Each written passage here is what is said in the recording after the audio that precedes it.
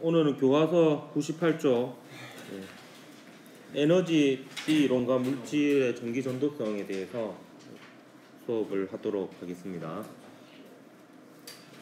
에너지 D 이론으로 물질의 전기 전도성을 설명을 할 건데, 이 전기 전도성이라는 것은 일단 전류가 잘 통하는 정도가 되겠습니다. 그러니까 그 초등학교 때 뭐 전류가 잘 통하는 물질, 전류가 잘 통하지 않는 물질 이렇게 구분하잖아요. 그거를 이제 어떤 이론으로 설명할 수 있는 부분이 있어서 그 부분을 소개할까 합니다. 이 분야는 이제 물리학에서는 고체 물리학이라고 불리는 분야가 되겠고요. 참고로 우리나라의 이제 물리학과 교수님들 중에서는 고체 물리 쪽 전공하시는 교수님이 가장 많은 것으로 알고 있습니다. 고체 물리학하고 광학이 좀 많으신 걸로 알고 있고요. 이게 물질에 대해서 다루는 물리학이다 보니까 좀 산업하고도 많이 연관이 있고, 그래서 좀 많이 연구되고 있는 분야고 어렵습니다. 실제로는 굉장히. 왜냐면 양자역학이 적용이 되거든요. 그래서 그 학부에서도, 그러니까 대학교에서도 그렇게 깊게까지는 다루지 않고 대학원 가야지 좀 깊게 다루는 그런 분야인데, 고등학교 과정에서는 그러다 보니까 그렇게 깊게까지 할 수 없겠죠. 그 내용은 좀 어려울 수 있는데 오히려 문제는 좀 쉽게 나오는 그런 부분입니다. 이 부분이. 고체 에너지 D 이론을 먼저 한번 설명을 해보도록 할게요. 수소 원자의 에너지 준위 얘기부터 시작이 되어야 될 것 같은데, 이게 이제 원자가 한 개인 경우 그 원자에 속해 있는 전자가 가질 수 있는 에너지 값들입니다. 그래서 그 에너지 준위라고 불렀었고, 이게 양자화되어 있다라는 표현을 썼었죠. 근데 만약에 원자가 두 개가 결합을 해서 분자가 될 수도 있잖아요. 그런 경우에는 이 에너지 준위가 어떻게 변할 것이냐라는 건데요. 이때 적용되는 이론이 파울리의 베타 원리라고 하는 겁니다. 파울리의 베타 원리를 소개하자면, 그 원자에 속해 있는 전자의 특성을 나타내는 물리량이 몇 가지가 있는데요. 그 중에서 이제 불연속적인 값을 가지는 양들을 양자수로 표현을 합니다. 그러니까 원자에 속해 있는 전자는 4개의 양자수가 있어요.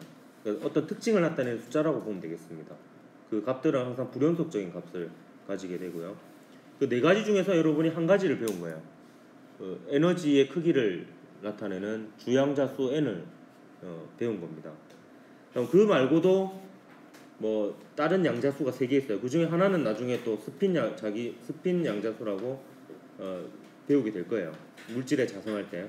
그 말고도 이제 뭐 궤도의 모양이라든지 궤도가 향하는 방향이라든지 이런 것들을 나타내는 물리량들이 또 있는데, 어쨌든 파울리의 베타 원리는 뭐냐면, 원자에 속해 있는 전자는 최소 요 4개의 양자수 중에서 하나는 달라야 된다는 거예요.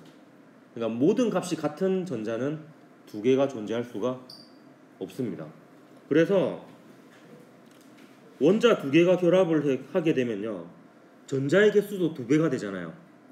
그럼 전자가 들어있을 수 있는 상태의 수도 2배가 되어야 되기 때문에 에너지 준위가 2개로 갈라집니다. 그 나머지 양자수 중에서 2개는 또 요 에너지 준위를 뜻하는 양자수하고 관련이 있거든요. 그렇기 때문에 에너지 준위가 2배가 되면 전자가 있을 수 있는 상태도 2배가 되어서 파울리의 베타 원리를 위배하지 않고 다른 이제 양자수를 가지면서 전자들이 존재를 할 수 있게 됩니다. 그럼 원자 3개가 결합을 하게 되면 원자가 있을 수 있는 상태, 뭐 그걸 보통 방에 비유를 합니다. 전자가 들어갈 수 있는 방, 전자가 있을 수 있는 상태를 전자가 들어갈 수 있는 방으로 비유하는데, 그 방이 또 3배가 돼야 돼요. 개수가. 그렇기 때문에 원자가 3개가 결합을 하게 되면 에너지 준위가 또 3개로 갈라지게 됩니다. 근데 이렇게 1개, 2개, 3개 이렇게 손가락으로 셀 수 있을 정도의 원자가 결합되어 있는 상태는 기체 상태거든요. 그 기체 분자들끼리는 거리가 멀어서 이제 그 독립적으로 존재를 하는 거고요. 이 상태에서는 그 불연속적인 에너지 준위의 형태로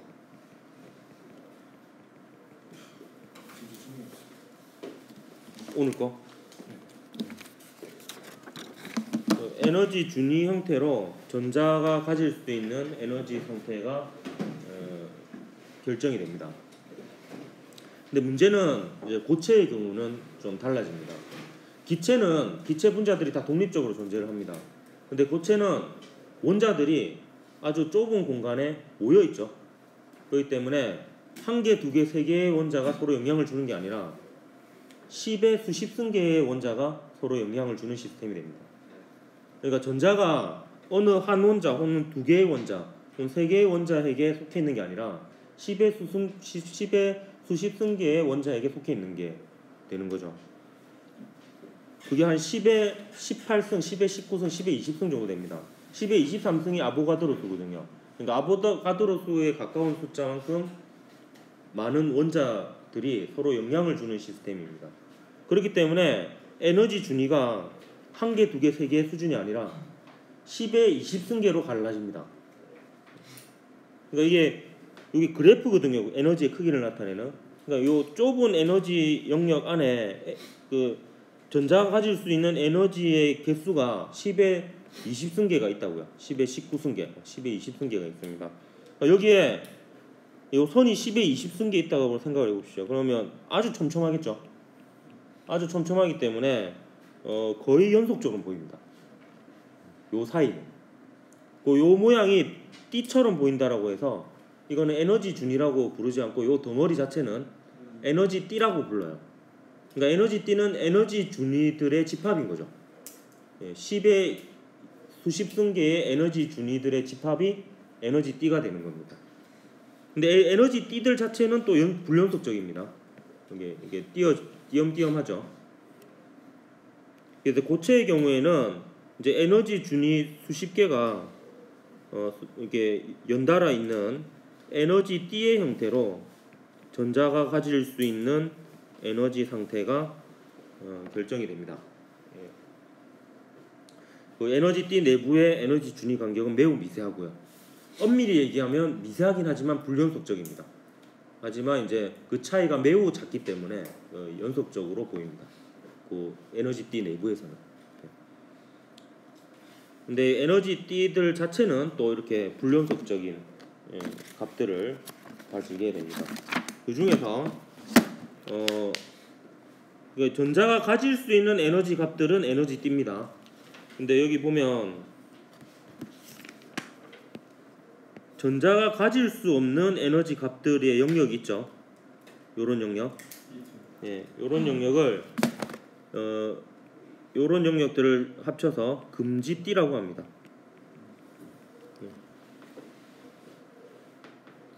전자가 가질 수 없는 에너지 값들에 해당하는 그 영역 있죠. 그 부분도 띠라고 부르는데 금지띠라고 부릅니다. 그리고 전자는 자연은 항상 에너지가 낮은 상태를 좋아하거든요. 고체 내의 전자들도 에너지가 낮은 에너지 띠부터 전자가 채워져 나갑니다. 그 중에서 전자가 채워져 있는 띠 중에서 가장 바깥쪽 띠를 원자가 띠라고 합니다. 이 용어는 여러분이 정확하게 기억을 해야 되겠습니다. 개념과 그 원자나 분자에서 제일 바깥쪽에 있는 전자를 원자가 전자라 그러죠. 마찬가지로 전자가 채워져 있는 띠 중에서 가장 바깥쪽 띠를 원자가 띠라고 합니다. 약간 외우는 방법을 알려주면 약간 잘못된 방법으로 외울 수 있는데요. 그럼 뭐 산에 이렇게 오르거나 이러면 절벽 근처에 가면 어른들이 위험하다 가쪽으로 가지 마라 이러잖아요. 가쪽이라는 표현 쓰죠. 이게 약간 끄트머리, 바깥쪽 이런 뜻이죠. 저는 진짜 처음에 그 뜻인 줄 알았어요. 원자가 전자, 원자가 띠. 원자의 가장 바깥쪽에 있는 전자, 바깥쪽에 있는 띠라고 생각했는데 그 화학 선생님께 어느 날 우연히 한번 여쭤보니까 그게 아니라더라고요. 그게 가능할 가짜라더라고요. 이게 가장 바깥쪽에 있는 전자가 그 화학 반응에서 관여하고 그때 이제 이동이 가능한 이런 전자들이잖아요. 그런 의미에서 원자가 전자라고 하고 원자가 띠 이렇게 얘기를 합니다. 근데 그렇게 하면 기억은 잘하더라고요. 그게 원자가 띠고 그 위에 비어 있는 띠를 전도띠라고 합니다. 이게 왜 전도띠라고 하냐면 전자가 여기에 있으면요 양옆을 다 둘러봐도 다 꽉 차 있어요. 그러니까 갈 곳이 없어요. 그러니까 전도가 안 돼요. 그러니까 이게 전류가 통하지 않아요. 그러니까 전류가 통하려면 요 띠로 올라가야 됩니다. 여기는 전신에 비어 있는 상태잖아요. 그러니까 여기에 올라간 전자는 이동이 가능합니다. 예, 전류가 될 수 있는 거죠. 그래서 이 부분은 이제 전도가 가능한 띠다 해서 전도띠 이렇게 보면 되겠습니다. 요 사이에 요 간격 있죠? 요거를 띠 간격이라고 합니다. 띠 간격이라고도 하고 다른 이름도 있습니다. 띠 간격 말고도 또 잘 쓰이는 표현이 띠 틈이라는 표현도 자주 쓰입니다. 그리고 잘 드물긴 한데 에너지 간격이라고 쓰기도 해요. 근데 이거 예. 금지띠랑 이 띠간격이랑 다른 게 뭐예요? 어떨 때는 같은 의미로 쓰고요. 근데 특별히 원작과 띠하고 전도띠 사이를 띠간격이라고 이렇게 하기도 합니다. 그러니까 이제 좁은 의미로는 원작과 띠하고 전도띠 사이의 그 금지띠를 띠간격이라고 하는데 또 어떤 경우에는 요런 것들도 띠간격이라고 하기도 해요. 근데 실제로 중요한 거는 얘가 중요하거든요. 그래서 대체로는 원작과 띠하고 전도띠 사이를 띠간격이라고 합니다. 그러니까 요것도 띠틈 띠간격이라 하기도 해요. 요 밑에 거도. 하지만 보통은 대체로는 여기를 이제 띠틈 띠간격이라고 합니다. 농담 삼아 얘기하면 요 띠간격을 보통 EG라고 표현하기도 하는데요. 왜냐하면 이게 영어로는 에너지띠를 에너지 밴드라고 그러고 요 띠간격을 밴드갭이라 하거든요. 그러니까 에너지하고 에너지 사이의 갭이니까 에너지 갭 EG라고 표현하는데 준비된 농담이니까 에너지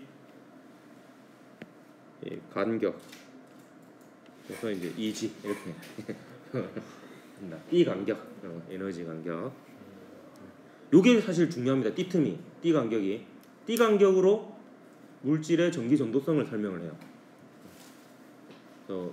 왜 그런지는 좀 눈치 빠른 애들은 좀 알 수 있을 텐데 일단 요게 관련이 있다라는 것과 그리고 보통 에너지띠 그림을 그릴 때 풀 버전으로 이렇게 그려주기도 하는데 요것만 그리는 경우도 많이 있습니다. 그러니까 원작과 띠하고 전도띠만 딱 떼어내서 그려주는 경우가 많습니다. 앞으로 저는 주로 요것만 그릴게요. 원작과 띠하고 전도띠만. 그럼 요걸로 물질의 전기 전도성을 한번 설명을 해볼 텐데 일단 전기 전도성이라고 하는 것은 전류가 잘 흐르는 정도를 전기 전도성이라고 합니다. 그럼 전기 전도성이 좋다 혹은 전기 전도성이 크다 이러면 전류가 잘 통하는 겁니다. 저항이 작은 거고요. 근데 전기 전도성이 나쁘다, 전기 전도성이 작다 이런 것은 전류가 잘 통하지 않고 저항이 큰 겁니다. 그러면 전기 전도성의 크기를 나타내는 물리량이 있겠죠? 그것을 전기 전도도라고 합니다. 전기 전도도는 전기 전도성의 크기가 되겠고요. 기호로는 시그마를 씁니다. 시그마를 쓰는데 이거는 크게 몰라도 상관없습니다. 어떤 기호를 쓰는지 이런 거는요. 전기 전도성의 크기가 전기 전도도입니다. 그럼 얘는 어떻게 결정이 되느냐? 에너지 띠 이론에 의하면 전기 전도성, 전기 전도도의 크기는 띠 간격이 결정을 짓습니다. 띠틈이라고 하기도 하죠. 띠 간격이 물질의 전기 전도성을 결정짓습니다. 왜 그런지를 이제 설명을 하도록 할게요.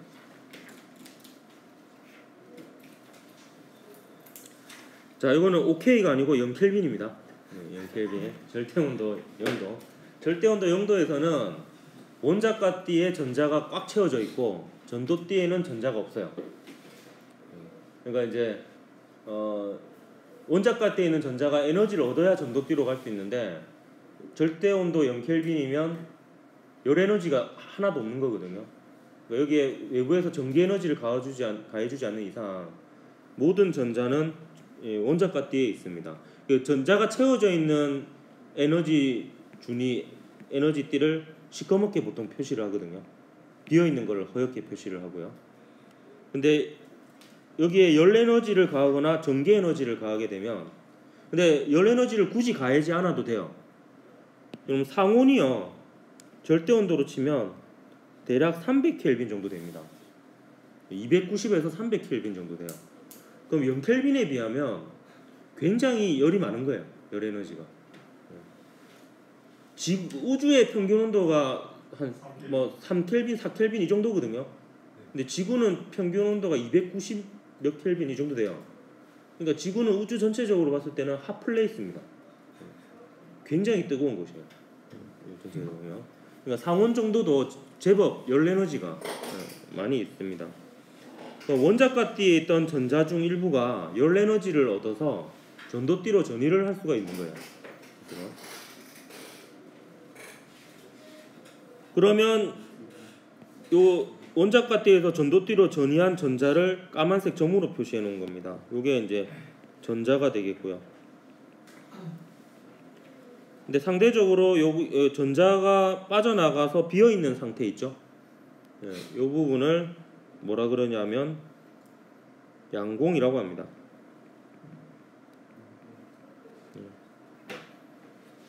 플러스 전하를 띠는 구멍이라는 뜻이에요.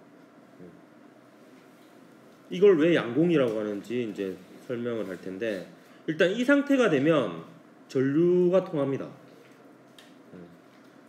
이 상태가 되면 전류가 통할 수가 없어요. 왜냐하면 이게 사실 좀 어려운 개념이긴 한데, 원자들이 요런 위치에 있다라고 칩시다. 요런 위치에 원자들이요. 요런 위치에 있고, 요 부분은 요 원자의 에너지 띠 그림이라고 쳐요. 에너지 띠 그래프. 그리고 요 부분은 요 원자의 에너지 띠예요. 그럼 자 보세요. 요 인접한 원자들끼리는 전자가 이렇게 뭐 이동할 수 있어요. 이동이 가능한데, 문제는 여기 있던 전자가 전기력을 받아서, 그러니까 외부에 이제 전기장이 걸어주는 전원장치가 있다고 쳐요. 그럼 전기력을 받아서 이쪽으로 가려고 해요. 근데 이쪽으로 가려고 해도 이 옆에 있는 원자의 상태를 보니까 이미 다 차 있어요. 다 차 있으니까 못 가는 거예요, 이 상태로는. 하지만 요 상태가 되면 마찬가지로 이제 여기 원자들이 있고, 각각의 원자들의 에너지 띠를 나타내는 그림이라고 칩시다. 그러면 이 상태가 되면 여기 전도띠로 전자가 일부 올라가 있잖아요. 그러니까 얘가 주위를 살펴보니까요, 여기 얘보다 약간 밑은 곳에는 다 비어 있어요.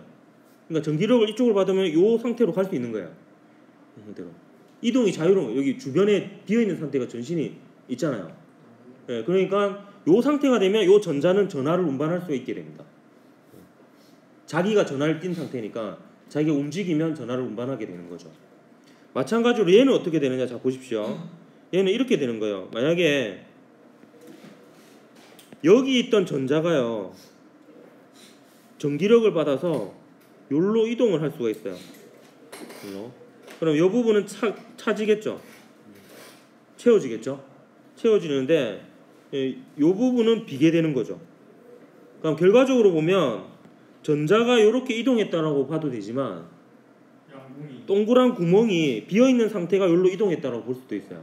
그러니까 음전하가 왼쪽으로 이동했다고 볼 수 있지만, 플러스 전하를 띠는 구멍이 오른쪽으로 이동했다고 볼 수도 있는 겁니다.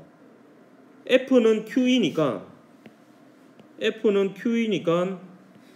양전하가 받는 전기력의 방향과 음전하가 받는 전기력의 방향이 반대죠. 음전하가 만약에 여기로 힘을 받아서 움직였다면 양전하는 거꾸로 움직이겠죠. 그래서 결국에 전자가 여기로 채워지는 것은 구멍이 오른쪽으로 가는 것과 같기 때문에 실제로 양공이 전하를 운반한다, 이렇게 얘기를 할 수도 있습니다. 그래서 실제로 고체 물리학에서는 양공을 그냥 구멍으로 단순하게 보지 않고 실제로 플러스 전하를 띠는 실자는 입자로 간주하고 현상을 살펴봐요. 그러면 다 설명이 되기 때문에 이걸 거의 실제하는 것처럼 마치 생각을 합니다. 이 전자하고 양공을, 그러니까 원자가띠에 비어있는 상태인 양공과 전도띠에 전이를 한 전자를 전하 나르게라고 이제 부릅니다. 얘가 이제 이 상태가 되면 전하를 운반할 수 있게 되겠고요. 이 전하 나르게를 전하 운반자라고도 합니다. 양공과 전자 모두요.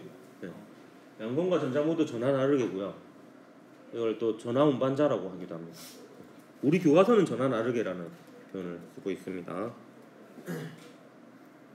그러면 이제 거의 설명을 다 한 셈이에요. 그럼 결국에 요 띠틈이 좁을수록 원자과 띠에 있는 전자가 좀 더 쉽게 전도띠로 전이할 수 있겠죠. 그러면 전류가 잘 통하겠죠. 그래서 아예 띠틈이 0인 게 전류가 가장 잘 통하는 물질이에요. 띠틈이 0인 물질이 도체입니다. 그러니까 이 전자들은 아주 쉽게 비어있는 상태로 갈 수 있죠. 그러니까 이제 전류가 가장 잘 통하고요. 전류가 가장 잘 통하지 않는 물체를 절연체 혹은 부도체라고 부릅니다. 같은 말입니다. 근데 절연체라는 말의 표현을 좀 더 많이 씁니다. 요새는 그 약간 어중간한 게 있어요. 조건에 따라서 전류가 잘 통하기도 하고 잘 통하지도 않는. 띠틈의 크기가 0은 아니지만 절연체보다는 작은 그 반도체라고 분류되는 물질들도 있습니다. 그리고 도체는요 여러 가지 표현을 쓰는데 띠틈이 0이다, 띠 간격이 0이다 이렇게 표현을 하기도 하고요. 뭐 똑같은 표현으로 원자과 띠하고 전도띠가 붙어 있다, 같은 표현이죠. 근데 다른 표현도 있어요. 어떻게 표현하냐면 원자과 띠, 전도띠 이렇게 보지 않고 요 전체를 원자과 띠로 보는 거예요. 요 전체를 원자과 띠로 보고 원자과 띠의 전자가 절반 정도만 채워져 있다, 요런 표현을 쓰기도 합니다. 근데 그거는 언어의 문제예요. 표현의 문제. 어차피 자연은 이 상태예요. 이 상태인데 도체는 이 상태로 있는데 그냥 요거만큼을 원자과 띠로 보느냐 요만큼을 원자과 띠로 보느냐 그게 차이거든요. 그래서 다 옳은 편입니다. 그냥. 띠 간격이 0이다, 원자과 띠와 전도띠가 붙어있다, 원자과 띠의 전자가 절반 정도만 채워져 있다, 다 옳은 편으로 그냥 판단하면 되겠습니다. 그거는 이제 원자과 띠를 어떤 범위로 보겠느냐인데 뭐 어떻게든 해석이 가능하거든요. 그거는. 그리고 참고로 절연체 같은 경우에는 다이아몬드, 염화은, 뭐 황화, 카드뮴 이런 게 절연체에 해당이 되는데 띠 간격이 5.4 일렉트론 볼트, 3.2, 2.42 이 정도 되고요. 반도체로는 실리콘, 게르마늄, 이거는 이제 인듐과 안티모니를 결합한 약간 반도체인데요. 띠 간격을 보면 1.12, 0.67, 0.163, 그러니까 1 일렉트론 볼트 정도나 그보다 작은 띠 간격을 가집니다. 요 두 개가 대표적인 순수 반도체예요. 순물질로 이루어진 순수 반도체인데 실리콘, 규소하고 저마늄. 그 어른들은 옛날에 게르마늄이라고 배웠거든요. 옛날 사람들은 뭐 저마늄. 요게 이제 대표적인 원자과 전자가 4개인 순수 반도체입니다. 그리고 실리콘밸리라는 말 들어봤죠? 네. 그게 막 조금 전자산업과 관련된 기업들이 많이 몰려있는 그 전자산업이 결국에 다 반도체 소자로 이루어져 있으니까 그 반도체 주 원료인 실리콘의 이름을 따서 실리콘밸리라고 이렇게 부르는 거죠.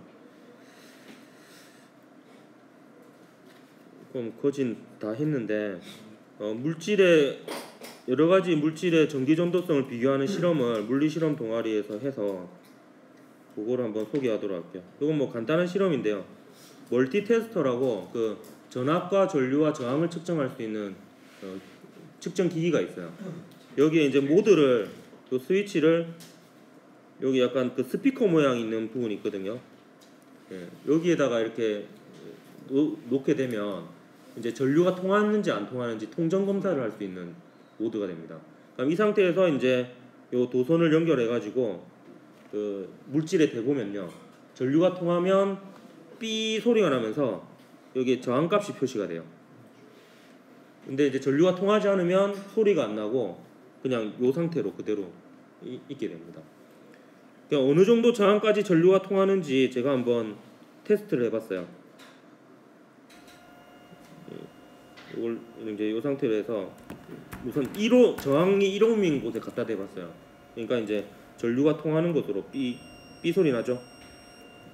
하고 10옴도 통하는 걸로 판단하더라고요. 저항이 15인 것도, 저항이 22옴인 것도 여기 저항이 표시되죠. 소리가 나고 전류가 통하는 거고요. 39옴도 통한다고 판단하더라고요. 여기는 그리고 한 47옴도 통한다고 판단을 하고요.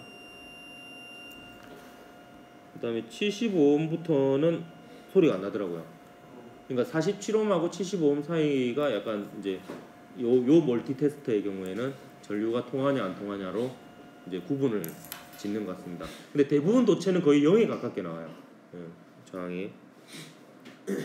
그래서 이제 여러 가지 물질을 가지고 통정 검사를 해봤습니다. 그러면 이제 요 스테이플러 심은 통하고요. 종이는 안 통하고. 그다음에 열쇠는 통하겠죠. 금속이니까. 스패너. 여기저기 과학실에 굴러다니는 물건을 다 모았어요. 이거는 플라스틱 부분 안 통하죠. 커터칼. 이건 고무장갑 안 통하죠. 그 순방향으로 잘하면 통합니다. 이건 실납이고요. 납땜용 납 통하고요. 또 이거는 그 비타민제 뒤에 부분 포장지 통하고. 궁금해서 비타민 C도 해봤어요. 안 통합니다. 10원짜리 통하고 50원짜리 동전 다 통합니다. 100원짜리 500원짜리 없어가지고 안 해요. 통할 거예요.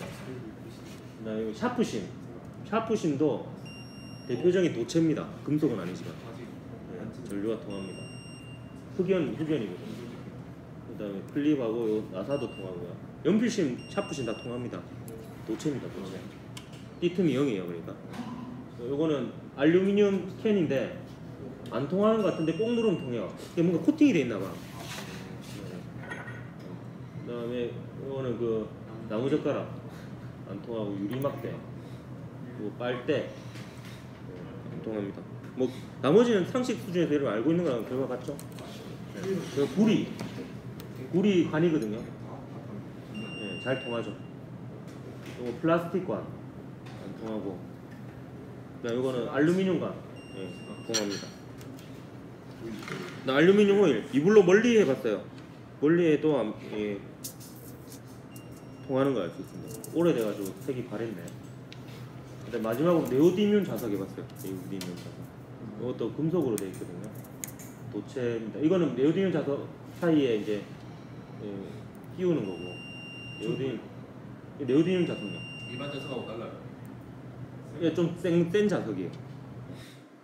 그래서 이게 전류가 통하는지 한번 통정 검사를 해봤습니다. 자, 교과서에 있는 이 그림은 아까 그냥 파울리, 베타울리를 알려주는 겁니다. 원자가 한 개 있을 때는 에너지 준위가 선이 한 개라면 이 2배가 된다는 거죠. 그리고 고체는 10의 수십 승계로 갈라져서 에너지 D가 된다. 그 다음에 비저항과 전기전도도에 대해서 좀 설명을 하도록 하겠습니다.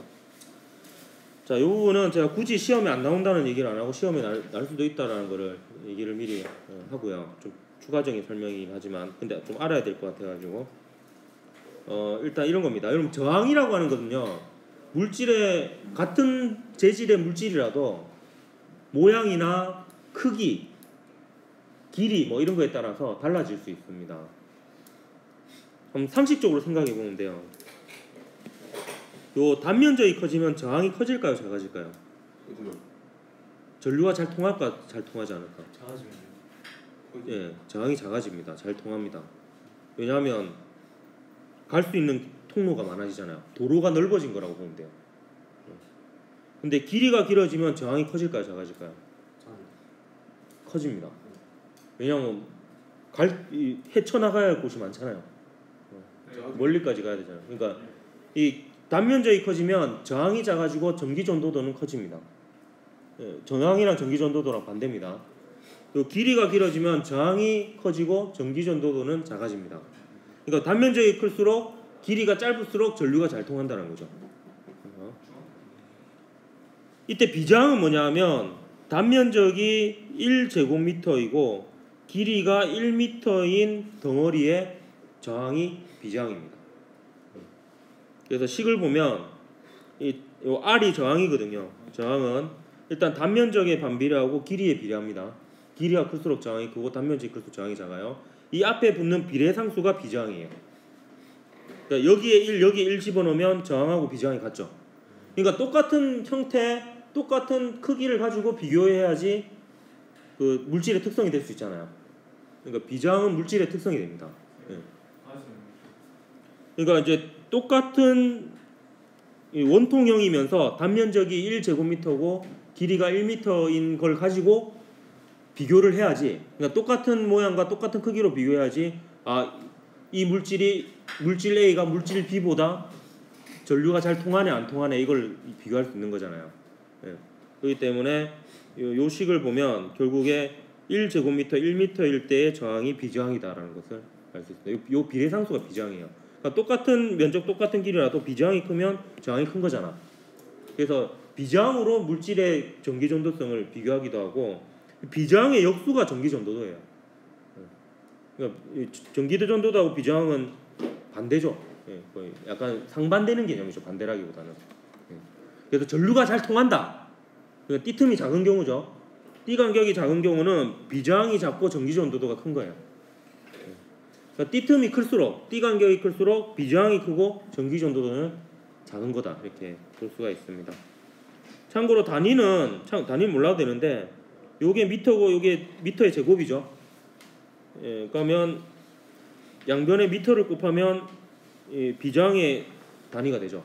그래서 옴미터가 되고 얘는 이거는 전기 전도도의 단위는 진짜 몰라도 됩니다. 저도 처음 알았어요. 이게 지멘스 퍼 미터 혹은 지멘스 퍼 센티미터인데 이 지멘스가 그 비저항의 역수래요. 단위가 예, 옴분의 1. 말라 이렇게 뭐 이랬다 이것도 쓰고 저것도 쓰는지 모르겠 뭐 필요가 있어서 쓰겠죠. 예, 그런데 저도 이거는 처음 봤어요. 이 단위는 이번에 수업 준비한 거다. 이게 교과서에 이게 있길래 그냥 한번 찾아봤습니다. 교과서에 이 표가 있거든요. 예. 그 다음에 요것 좀 여러분 기억을 하면 되겠습니다. 요 온도에 따라서 비저항이 달라집니다. 같은 물질이라도. 근데 보면 절연체하고 반도체는 온도가 올라갈수록 비저항이 작아지고 전류가 잘 통해요. 근데 금속은 도체는 온도가 올라갈수록 오히려 비저항이 커지고 전류가 잘 안 통합니다. 그러니까 이거 차이점은 뭐냐면 절연체하고 반도체는 띠 간격이 있고요. 도체는 띠 간격이 없어요. 그래서 절연체하고 반도체는 온도가 높을수록 전하나르기의 수가 증가합니다. 왜냐하면 열에너지를 받은 전자가 원자가대에서 전도띠로 많이 올라가겠죠. 그렇기 때문에 온도가 올라갈수록 그 전이가 많이 일어나게 되고 전하나르기의 수의 수가 증가하니까 전하를 잘 운반하겠죠. 그러니까 전류가 잘 통하는 거예요. 그러니까 비저항이 작아지는 거죠. 근데 도체는 이미 전하나르기가 엄청 많아요. 엄청 많은데 온도가 올라가면 걔네들이 속도가 빨라지면서 지그들끼리 부딪힙니다. 네, 혼잡해지는 거예요. 얘네들은 이미 전하나르기 수는 맥시멈으로 있는 거예요. 근데 전하나르기 수는 증가하지 않는데 걔네들이 너무 활발해져서 열 진동에 의해서 서로 충돌하는 일이 많이 일어나니까 이게 저항이 커집니다. 자체적으로 저항이 커져 버리는 거예요. 예. 그래서 이제 절연체하고 반도체는 띠 간격이 있고 도체는 띠 간격이 없기 때문에 이 온도에 따른 비저항의 변화를 이해할 수가 있는 거죠. 그러니까 이게 요거는 실험 결과인데요. 이 실험 결과를 에너지 띠 이론으로 설명할 수 있는 거죠. 띠 간격으로. 예. 그래서 이제 그 에너지 띠 이론이 유용하다 이렇게 볼 수가 있습니다. 그 반도체 전압을 가했을 때 어떤 일이 일어나느냐? 요거는 이제 다음 시간에 그 다이오드를 설명하기 위해서 약간 좀 준비 단계로 제가 설명을 하려고 하는 부분인데요. 요게 이제 반도체라고 한번 생각을 해봅시다. 반도체. 그럼 이 안에는 이제 전자도 있고 양공도 있겠죠. 원자가띠에는 양공이 있을 거고 전도띠에는 전자가 있을 겁니다. 여기에 이제 전원 장치를 연결해줘요. 요거 여러분 그 배웠죠. 이쪽이 플러스 극이고 이쪽이 마이너스 극이죠. 그러면 여러분 어떻게 생각하면 좋으냐 하면 그 여러분 잘못 알고 있는 것 중에 하나가 그 전지에다가 전구를 연결하잖아요. 불이 켜지잖아. 그러면 어떻게 생각하냐면 전지의 마이너스 극에서 전자가 나와가지고 그게 도선을 따라 이동해서 전구의 전자는 마이너스 극에서 나오죠. 거꾸로니까. 예. 나도 안 돼. 예, 전자가 마이너스 극에서 나와서 도선을 따라 전구에 가서 불이 켜진다 이렇게 생각하는 경우가 많거든요. 근데 그 실제로 도선 내에서 전자가 이동하는 속도는 굉장히 느립니다. 그래서 이게 수시간에서 며칠이 걸릴 수도 있어요. 근데 실제로는 이제 바로 불이 켜지죠. 그거는 왜 그러냐면 사실 전지가 하는 역할은 회로에 전기장을 만들어주는 역할을 해요. 플러스 극에서 나와서 마이너스 극으로 들어가는 일렉트론 필드, 전기장을 만들어줍니다. 이 전기장을 만들어주는 속도는 빛의 속도예요. 빛의 속도로 회로에 전기장을 만들어줘요. 그러면 얘가 전구라면 여기에 원래 있던 전자 있을 거 아니에요. 필라멘트에 원래 있던 전자가 이 전기장에 의해서 전기력을 받아서 움직이면서 이제 열이 발생하고 빛이 나는 거예요. 그러니까 근데 이렇게 하면 편한 게 뭐냐면 여러분 그 전기력 할 때 요 식을 배웠을 겁니다. F는 Q이라는 식 배웠죠. 기억납니까? F가 전기력이었고 E가 전기장이었지. Q는 전하량이고. 그래서 플러스 전하는 전기장과 같은 방향으로 전기력을 받죠. 마이너스 전하는 전기장과 반대 방향으로 전기력을 받지. 그럼 이 반도체에 지금 오른쪽으로 전기장이 생겼잖아요. 그럼 전자는 어느 방향으로 힘을 받겠어? 왼쪽으로 힘을 받겠죠. 양공은 플러스 전하니까 오른쪽으로 힘을 받아서 움직인다. 이렇게 볼 수 있습니다. 근데 전하 나르게의 움직임을 전기장으로 판단하면 좀 편리한 경우가 있어서 설명을 했고요. 이 중에서 양공이 그럼 이동한다는 게 어떤 방식이냐? 를 이제 설명을 하고 있는 그림이 이 그림입니다. 그럼 이거는 양공이 이동한다는 걸 어떻게 볼 수 있냐라는 건데요. 이게 편의상 요게 뭐 1초일 때고 요게 2초일 때고 3초일 때고 4초일 때라고 칩시다. 이게 스냅샷이에요. 그러니까 보면 전기장이 아까 어느 쪽으로 걸렸냐면 오른쪽으로 걸렸죠. 그러면 그 전자는 왼쪽으로 힘을 받죠. 운전하니까. 그럼 얘가 보니까 왼쪽에 비어있는 상태가 있어. 비어있는 상태가 있으니까 요를 채울 수 있겠죠. 이동해서 전기력을 받아서. 그럼 여기는 비어있는 상태가 되죠. 그게 바로 요 상태입니다. 그럼 요 상태에서 또 여기 있던 전자가 전기력을 받아서 여기를 채울 수 있죠. 그럼 여기는 비어있는 상태가 되죠. 그럼 그게 이제 요 상태예요. 그럼 요 상태에서 또 여기 있는 전자가 전기장에 의해서 전기력을 받아서 이쪽으로 힘을 받아서 채울 수가 있죠. 그럼 여기는 비어있는 상태가 되지. 요게 이제 그 상태를 나타냅니다. 그럼 요 상태에서 요 상태로 가는 과정을 보면 구멍이 이렇게 이동하는 것처럼 보이죠. 네. 그러면 이 구멍이 이동하는 방향이 전기장의 방향과 같잖아. 그러니까 구멍이 전기장과 같은 방향으로 힘을 받는다 이렇게 볼 수 있으니까 이제 양전하를 띠는 입자로 볼 수가 있는 거예요. 그래서 양전하를 띠는 구멍, 공이라고 해서 양공 이렇게 얘기합니다. 양이 양전하, 공이 구멍 이런 뜻이니까 뭐 전공이라는 표현을 쓰기도 하는데요. 잘 안 나오니까 그냥 양공만 알아둬도 될 것 같습니다. 그럼 이제 문제 한번 풀어볼게요. 내용은 어려운데 문제를 보면 문제는 쉽다라는 걸 알 수 있을 겁니다. 보면 그림은 고체 ABC의 에너지 띠 구조를 나타낸 것입니다. ABC는 도체, 반도체, 절연체를 순서 없이 나타낸 것인데 색칠한 부분은 에너지 띠에 전자가 차 있는 것을 나타낸 겁니다. 그럼 어느 게 도체겠노? C요. 예, C가 도체겠죠.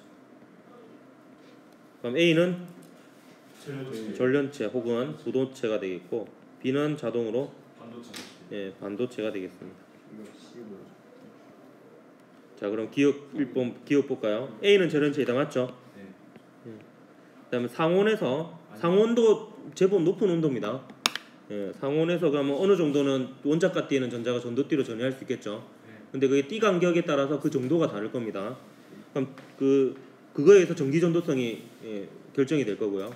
그럼 전기 전도성은 띠 틈이 띠 간격이 작을수록 크죠. 예. 전기 전도성은 정하고 반대입니다. 그렇기 때문에 B가 C보다 안 좋죠. C가 더 좋죠. C가 제일 좋죠. 전기 전도성. C가 전기 전도성이 가장 좋고 B장은 누가 제일 크겠어? B장이 클수록 전류가 안 통하죠. B장은 A가 제일 크겠죠. 전기 전도성이랑 반대입니다. 그 온도가 높을수록 B에서 양공의 수는 늘어나겠죠. 왜냐하면 열에너지를 받은 원자가띠의 전자가 전도띠로 더 많이 전이할 테니까 원자가띠에 비어있는 상태인 양공이 늘어날 겁니다. 그래서 기만 기니까 1번이 기다. 온도가 예. 온도가 아주 많이 올라가는 예. 도체랑 반도체가 예. 반도체 그 주장이 같아질 수 있어요. 예, 비슷해질 수 있습니다. 그래서 실제로 반도체는 온도가 높은 경우에 도체처럼 행동을 합니다.